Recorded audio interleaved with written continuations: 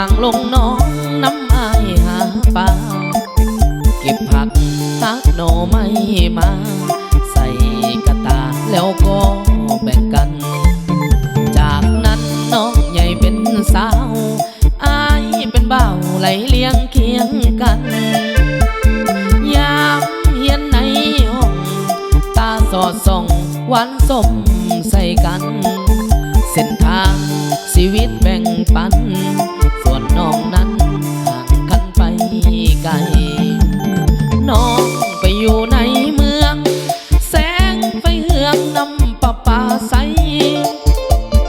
อายยังอยู่บ้านนอกสีสันบ่ผิวกำดำกายนางเฮียนสูงส่งไอ้ถอยลงคงคู่กันไทยยามเฮาฮักกันใหม่ๆยังอบอุ่นใจย้อนเฟซยังมีปีนี้น้องต่างปีกายมากับสายขี่เก่งคันดีอายแนมตาค้างแต่นวลนางวางท่าวางทีลืมไหลแฟนเก่าแล้วตียามได้ดีน้องก็ลืมกัน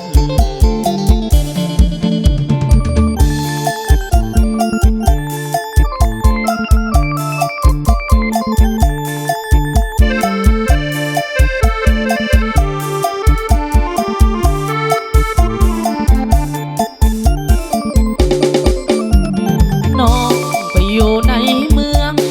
แสงไฟเฮืองนำประปาใสอายยังอยู่บ้านนอกสีสันบ่ผิวกำดำกายนางเฮียนสูงส่งไอ้ถอยลงคงคู่คันไทยยามเฮาฮักกันใหม่ๆยังอบอุ่นใจย้อนเฟซยังมีปีนี้น้องต่างปีกายมากับสายขี่เก่งคันดีอายแนมตาค้างแต่นวลนางวางท่าวางทีลืมไหลแฟนเก่าแล้วตี